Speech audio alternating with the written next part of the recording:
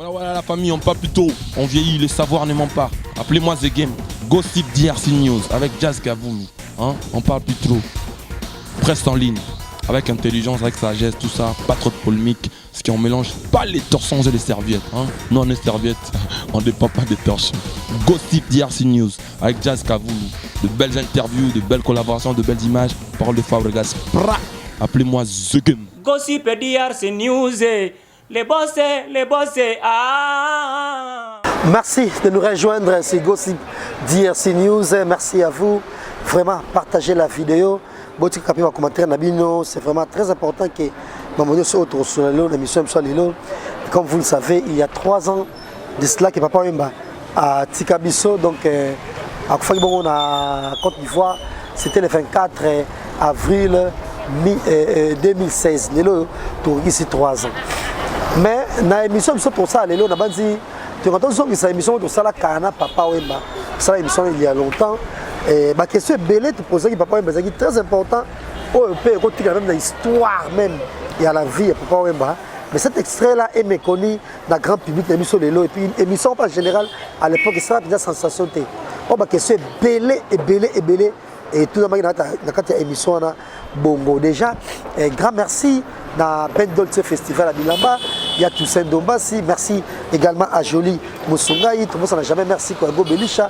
Bons Danika Dima Winner Service. C'est une émission te dédiée à yo, te dédiée à yo. Na yo na batinyo so oyo ba ko la David Solelo et ça besoin de plaisir et de même au sénateur Adonis Gabani au Otala Biso et Julie Kitima ko comme c'est émission peut dédiée bido yango. On va dire bon là d'abord comme belle to ba une émission oyo na Papa Wemba et puis to zongi na suka pour conclure. Il est élégant, il a du talent.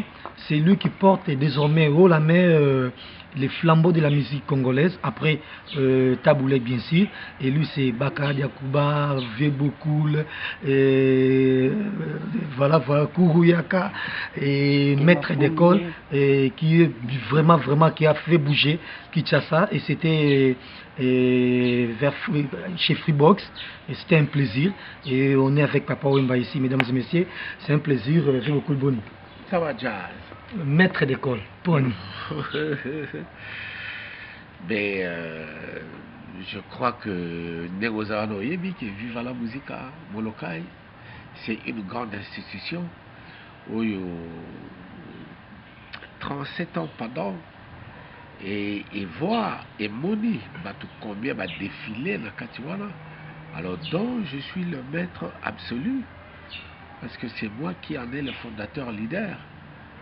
Donc, je prends, en fait, maître d'école élémentaire, maître d'école préparatoire. On apprend des enfants à lire, à écrire, à compter et à dessiner. Voilà, c'est un plaisir. Et le maître d'école, on a bongo, Papa Wemba. Tout le monde est presque nyonso. Ils sont moins mélancoliques. Pourquoi? Bon, mélancolique. Je dirais pas, mais bon, moi-même, Naïebaka beaucoup plus en mineur. Moi, le chanteur, ça beaucoup plus chanteur, il y a un mineur. Quoi. Et le mineur, c'est un mélancolique. Et voilà, malgré ça, concert, mais on yoka pensa bon, c'est les sortes de yoka na terme tout le monde. On dirait banzembo nzambe. Bon, tu habites on dit aux un message moko particulier, il y a pour faire véhiculer tout au long, il y a pas là que bon maître d'école.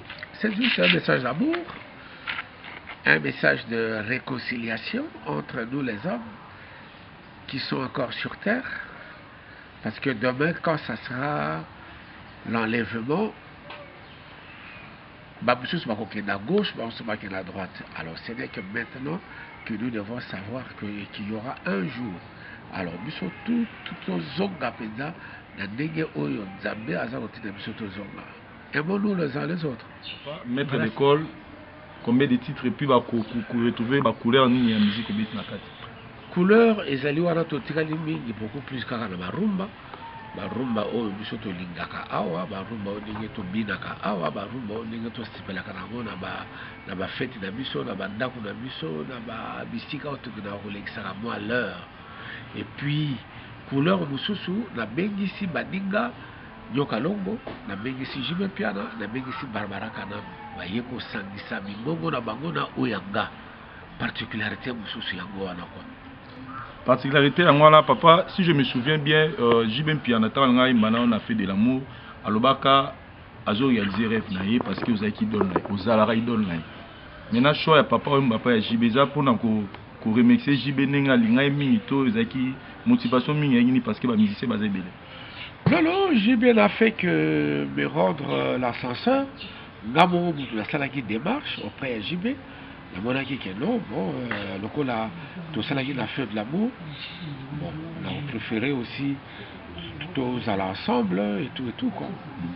Papa, tu as un peu na sujet tu n'as quelque chose. Il y a une dame na Hollande qui est kunja bagina tunayo. Politique aux aïe na kala na musique où est populisa ba redia misi où est populisa ba tino mubi.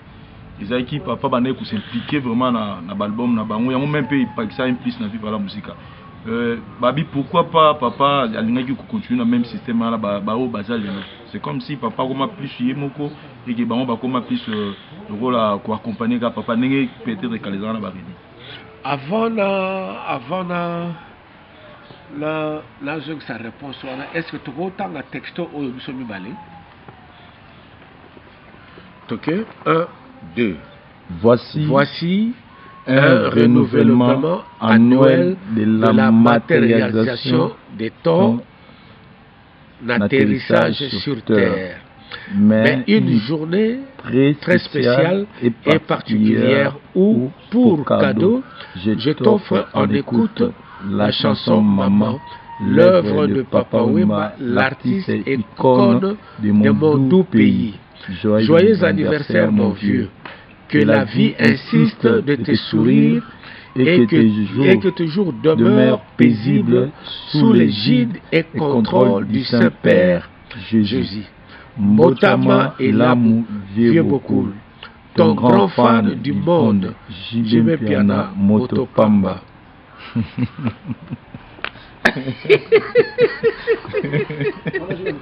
Non, jour anniversaire, donc on a tous signalé qu'il était le seul comme parmi les grands autres ans avant les autres. Ouais, voilà. Bon, c'est quoi question les qui sont déjà la donc question la qui veut papa madame Moko il va être au Kunji en Hollande. Il y a une question politique aux arts dans ah ok. Il y a Baridi, tout ça, il y a beaucoup populisé, il y a moi ça la même plus dans vivre. Tu te prenais vraiment dans l'album, il y a des musiciens tu chantais, tu fais sa couleur. Mais pourquoi pas Bano Bazal le bazo porter le roi papa Wemba.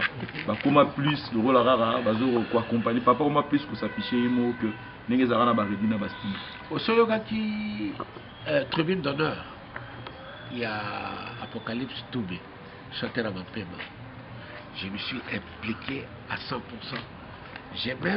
Je suis même parmi ma producteur. C'est moi qui ai, de temps en temps, je donnais un petit rien pour le studio. Pacheco n'a pas travaillé son album dans Viva la Musica. Il a été travaillé ça en dehors de Viva la Musica. Et jusque-là, prétendant Bazana Nouté. Ma prétendant Bazana Nouté Oyokeno, voilà, on a fait ça l'album, on a Bazana Nouté quoi. Le jour où un prétendant a soulevé moi Douanaye, nous allons l'accompagner. Quand je dis nous, vive à la musique, y compris Matata Malo Guinée Bazao Anamouye, même s'il est dans l'ombre, il viendra travailler. La tribu d'honneur, il a travaillé. Nous avons tous travaillé. Donc hier, ce n'est pas aujourd'hui. Hier, il y a peut-être parce qu'à l'époque, il n'y avait pas encore une grande concurrence. Et puis, il n'y avait pas encore un pléthore. Il y a un groupe, quoi. Il y a un groupe. Vraiment, papa, merci. Nazongi sous la question, moi, la question, vraiment, on a essayé tout le monde en solano, lelo, abagina tunayo.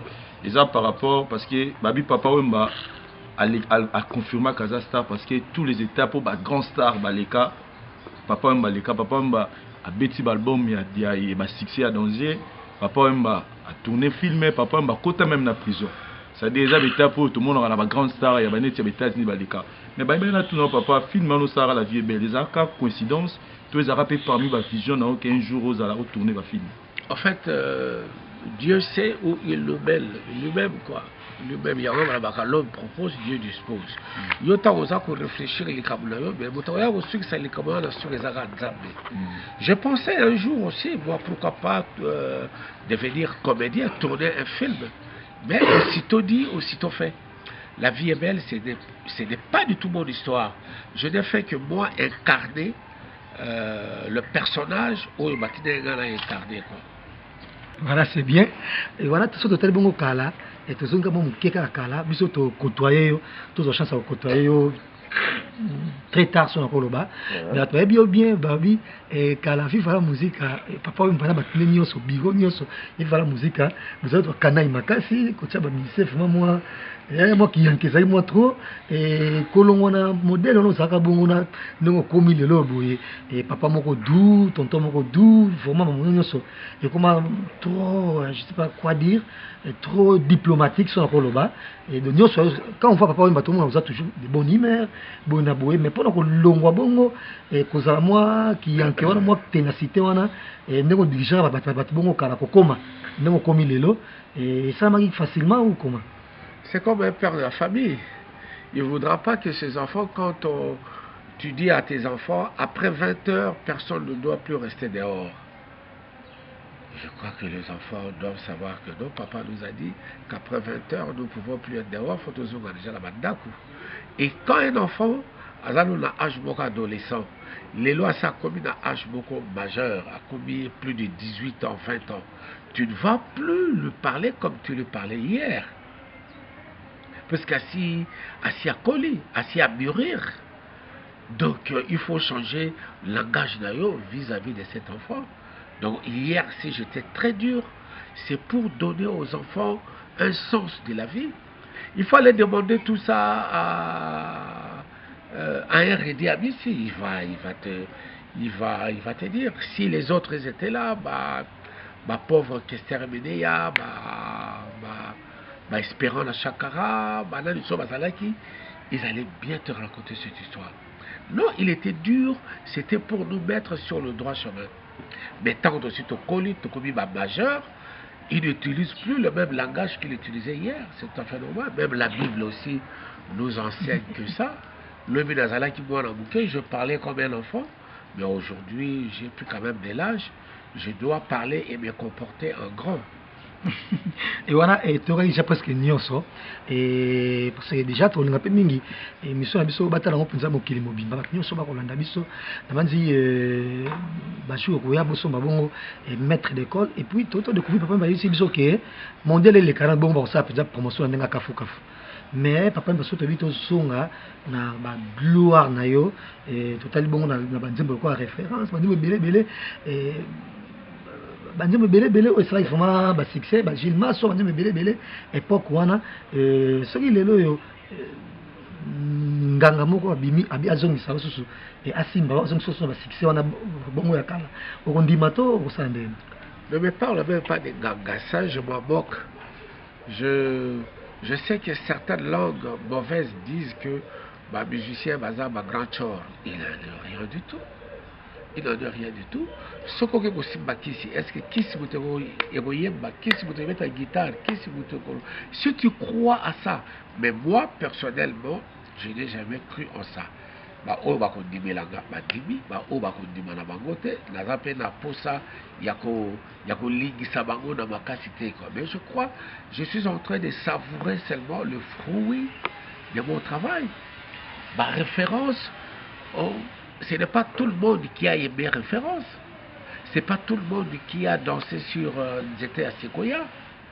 Même Sikoya album Maître d'école Rumana Rumba, mais ce n'est pas tout le monde qui va adhérer à ça. Il y en a d'autres, bon, Ayoki Naya, Ayoki Kakipi, il passe son chemin.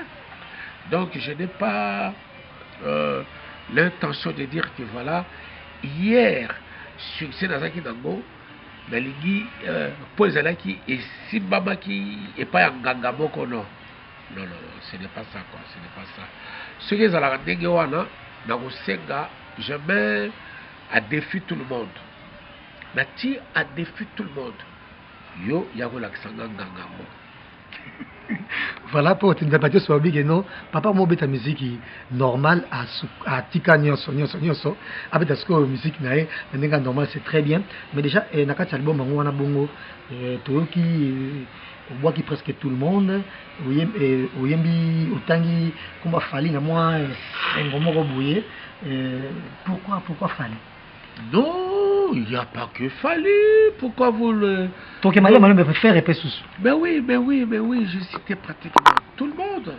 Ouira Azali, Redi Amis Azali, Jimé Piana, ne disons même pas, Félix Oisier Kwazali. Je ne peux pas étaler tout le monde. Je suis désolé, la rue qu'on étaler, Batugnos, tout est. Et pourquoi cet amour? Parce qu'on ne jamais avant. Ah si, qu'est-ce que tu veux me dire? Tu connais pas le répertoire des papas, c'est pourquoi... Non mais autant c'est une grande première. 2 ans durant, je me suis permis certaines choses.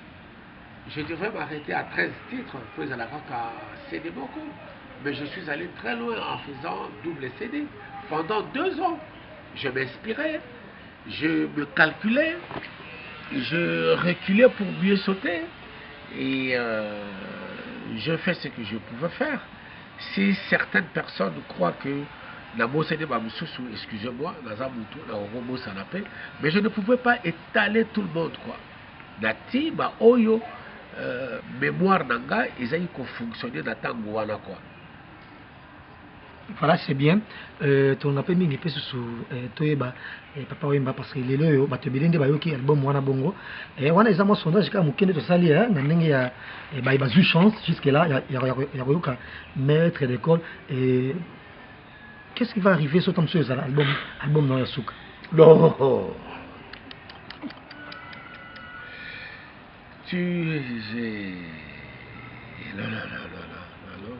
J'ai encore je suis encore un homme debout, je suis encore quelqu'un qui a beaucoup plus d'envie.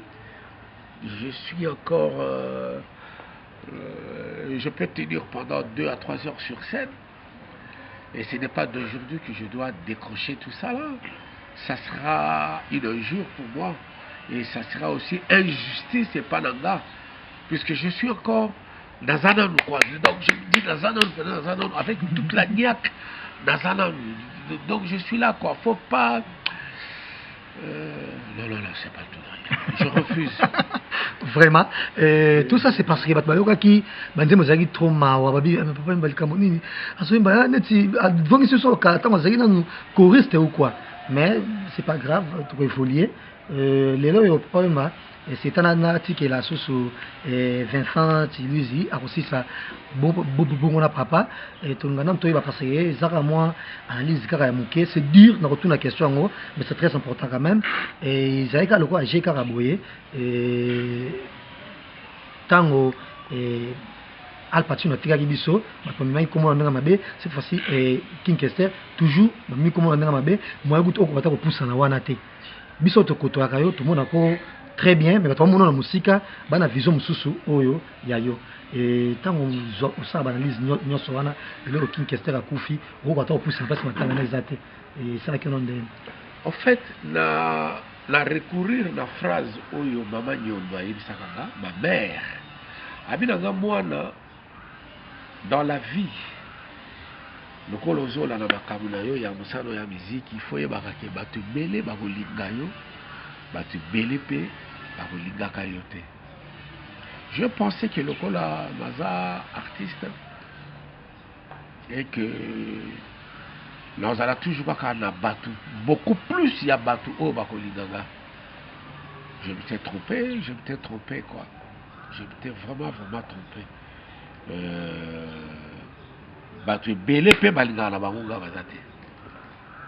Et je ne peux pas ça na makasi pas na bango quoi. Oui, radio trottoir, il y a radio Moko qui court très vite, même FM. Ça va très vite radio trottoir. On va bien à intox. Ça que celui qui a intox c'est Koti. Na kisasa awa un jour Toyokio ce qui va katakata. Mais kisasa tout les qui pris en panique. Or que c'est intox. Or que c'est un intox quoi. Sikoyo awa pauvre Al Pacino akufa. Awa sikoyo pauvre Kester akufi. Nga siko na zwi nini. Siko na zwi eloko nini. Ata na ndenga molili na zwi nini.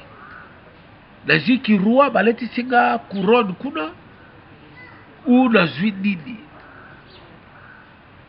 Bozipi makambu na nga nyonso na beton ya bilobela. Avec la douleur, j'étais rentré au studio et j'ai fait cette chanson Blessure. Ok. Tozongi suna makambo ya tomesanaki mingi soki album ebimi ba tourner ba concert na poto tout ça. Papa mba personnellement to komi le na phénomène ya ba combattant ba concert ekatana. Est-ce que vous exprimez une fois de plus cœur na yo par rapport à likambango pour ils ont qui un peu moins gaz parce que sur l'album ebimi moi Zénith moi Olympe ba no pesa sounia que mon album mais ils ont rassusté. Chaque chose a un temps. Chaque chose a un temps, a un début et une fin. Je crois que nous nous approchons timidement, mais familialement à la fin de cette histoire, quoi, de cette histoire. Puisque qu'est-ce qu'on a gagné? Qu'est-ce qu'eux ils ont gagné en interdisant les musiciens de ne plus se produire? Ils n'ont rien gagné. Joseph Kabila est toujours là. Et il va terminer son mandat. Peut-être partira, peut-être partira pas. On ne sait pas. Et nous, qu'est-ce que nous avons gagné, nous? Ouais. Donc moi, je crois que Tamunango et Sileki, tournons la page. Tant on a aussi l'équipe tournant la page n'est qu'à papa lobby papa na comme na presque cochité na émission na biso mais dernière question na ngana tuna yo babi tu as fait appel na Jubin Piana grand artiste est toujours respecté Barbara Kana mais pourquoi pas papa passer qui appel na bateau ba l'école roi Bastino Maridi bateau tout ba l'école les cop ba salara moi tant na ba pas papa. Ma mère me disait toujours dans la vie la chose la plus difficile c'est de pouvoir faire son choix. Quand tu fais son choix, c'est qu'il faut que ça ait un choix beaucoup de cœur. Et puis il fait un choix beaucoup déterminant. Il fait un choix beaucoup oyo et qu'on rapporte yo. Je ne dis pas que ce qui m'a stylé et qu'on rapporte non. Je ne peux pas dire ça. Mais choix au Salaki, je m'étais limité le choix au Salaki. Et c'est un choix du cœur. Et je salue d'ailleurs toute l'équipe qui m'avait entouré dès le début. Tina Souka, Awana Kinshasa, j'étais entouré par Tata Malongi Selano, qui était tout le temps avec moi dans le studio, et même en dehors du studio. Là, je salue vraiment le côté professionnel. Il y a J.C. Chituka, l'ingénieur du son, ou Azalaki tout le temps, et puis de son jeune frère, Jojo Lina, qui vraiment 3 personnes en Akisasa, ils m'ont vraiment aidé de pouvoir réaliser maître d'école. Et puis dans Poto, tant on a Kei, dans l'ingénieur du son qui est camerounais, Yves Njok, et puis Yvon Moupala, où a joué rôle. Moi, Moukei, à Tata Malongi, il a joué à Awa, et puis on a joué à Go.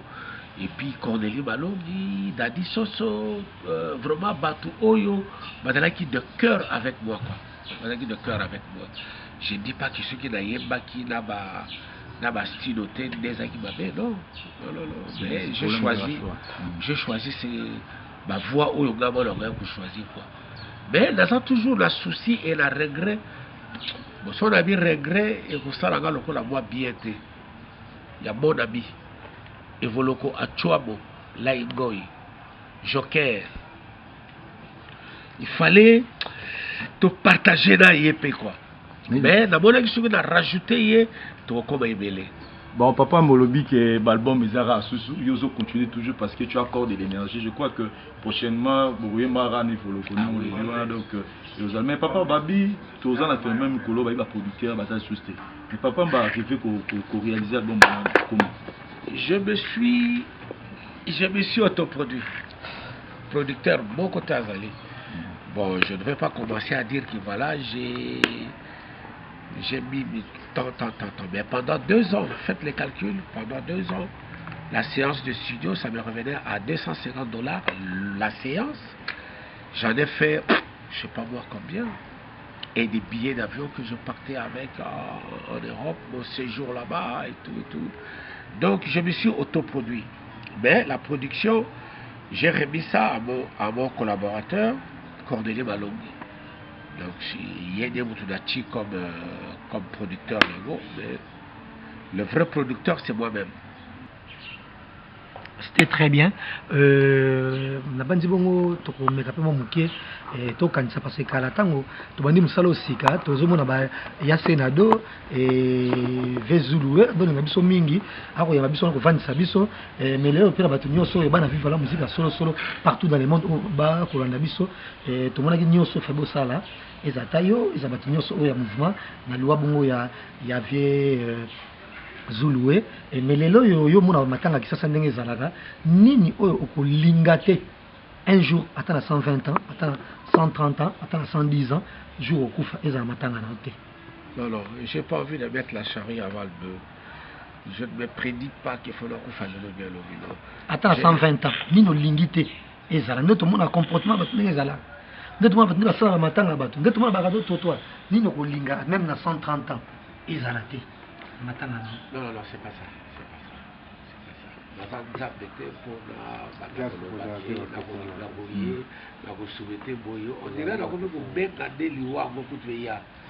Donc je sais pas. Au fait, nous devons laisser les morts là où ils sont. Nous devons laisser les morts là où ils sont, quoi. Et là, il y a ma casse mingi, oyo biso photo milenge la nango.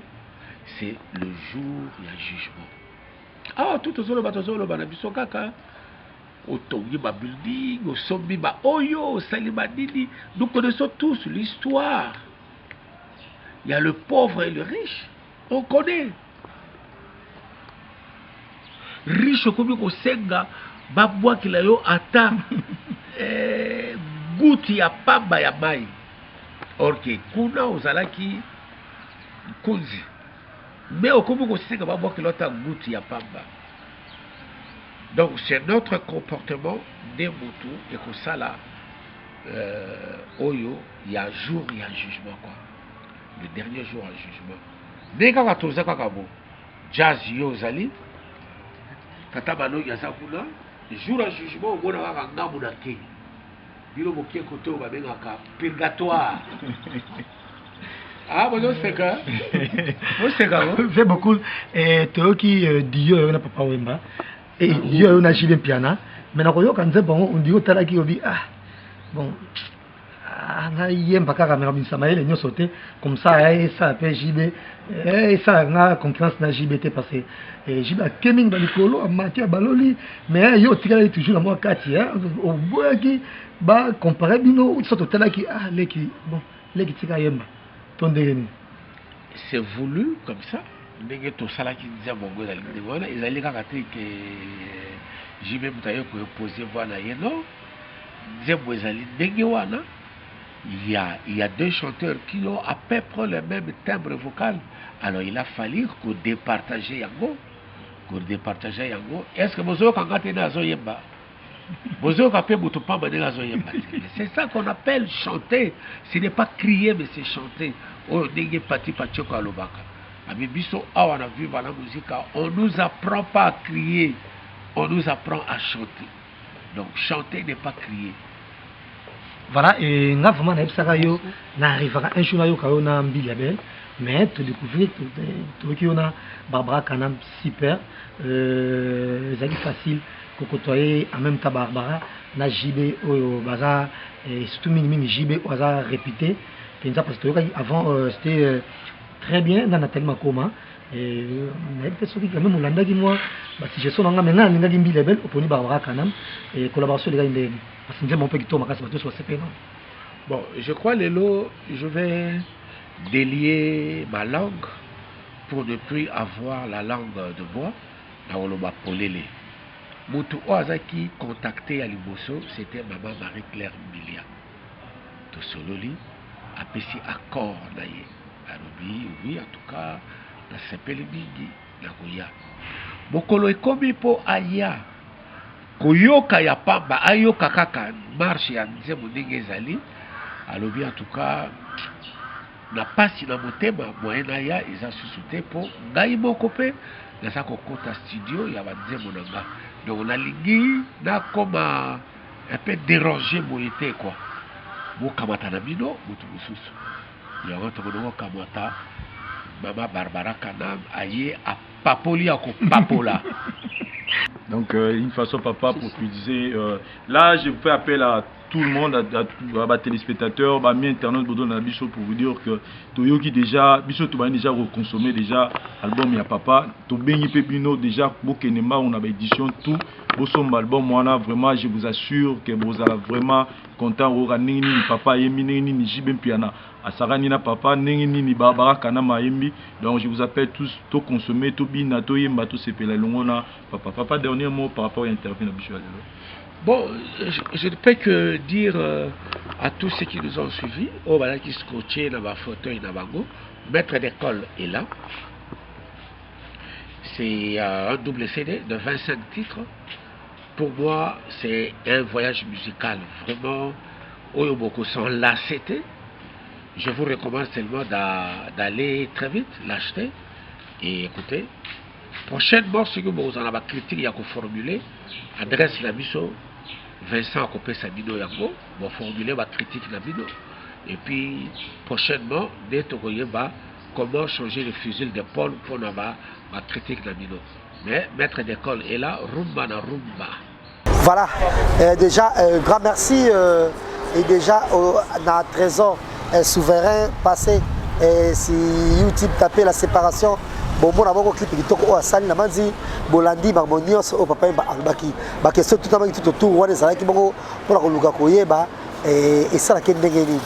Et ça, la Kendengeni, mais c'est le coup la question de Bimisaye, Al Pacino, de Misa Al Pacino, mais à Koufi, il a poussé le matin à la Bangoisa et Zalagité. À répondre qui, et pas répondre sur la question, et pour le Ravabala, nous avons mis tableau de Makasi, que on doit papa, et Kangaki, là-bas. Et qui s'est mêlé, menace mon secret syrien, qui m'a dit article à mon kilo, bangou, il faut déposer, qui sinon ça simba na kamba, qui sont peut-être tout là qui est à répondre dans le Bolandi, et puis à insister qu'il y a beaucoup de l'autre à Zanano, à Sanano. Oh, et bien sûr, c'est qui, si je ne me trompe pas, une année avant Akoufa. Et elle m'a dit, pour partager la vidéo, Oyo. Même si simple, si gentil. Moi, j'ai mis sur les 3 ans, on a Samabélé. Donc, c'est soit à travers Misso Botolanda. Merci à vous. Merci à Jiva Sama pour la prise de vie. Merci à Kéry Tetipi. À Dieu, merci. Merci à la régie finale. C'est un plaisir de vous avoir dans cette émission. Au revoir. Voilà la famille, on parle plus tôt. On vieillit, le savoir ne ment pas. Appelez-moi The Game. Gossip DRC News avec Jazz Gavoumi. Hein? On parle plus trop. Presse en ligne. Avec intelligence, avec sagesse, tout ça, pas trop de polémique, ce qui on mélange pas les torsons et les serviettes. Hein? Nous on est serviettes, on ne dépend pas des torsons. Gossip DRC News avec Jazz Kavoulou, de belles interviews, de belles collaborations, de belles images, parole de Fabregas. Appelez-moi The Game. Gossip DRC News, les bossés, ah.